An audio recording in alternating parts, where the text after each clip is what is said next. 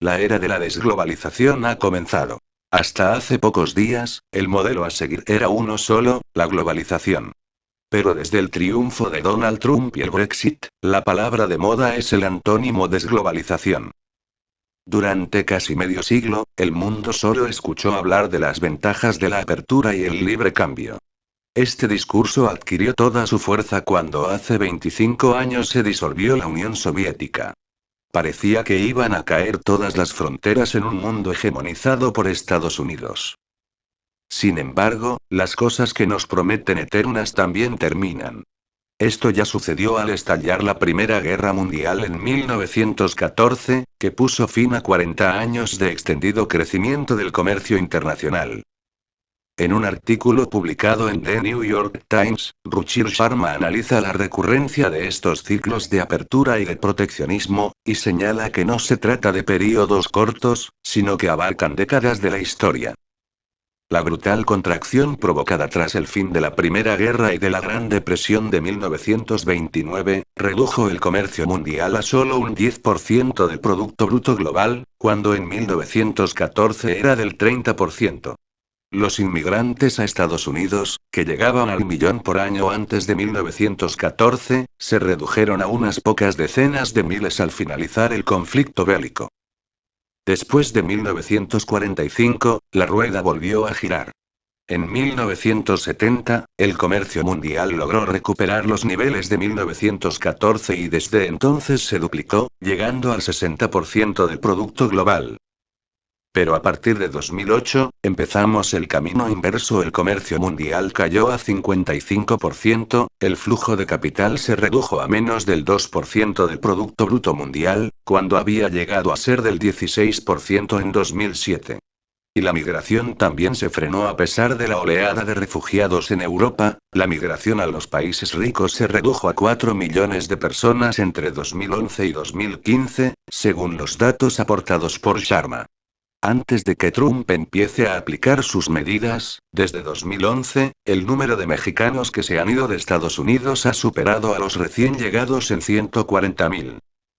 Las dos oleadas se parecen en la enorme desigualdad que produjeron y el grosero aumento de la riqueza. Entre 1870 y los años 20, el porcentaje del ingreso del 1% más rico de Estados Unidos creció hasta llegar al 20%. El sueño americano ha muerto.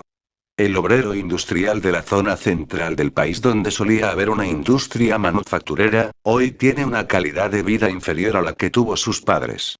Pero lo que más le preocupa no es su retroceso social, sino que su hijo va a tener una calidad de vida inferior a la que tiene hoy. Todo lo contrario a lo que prometía el sueño americano, donde las generaciones debían estar cada vez mejor, dijo a Sputnik Miguel Ponce, experto en comercio internacional.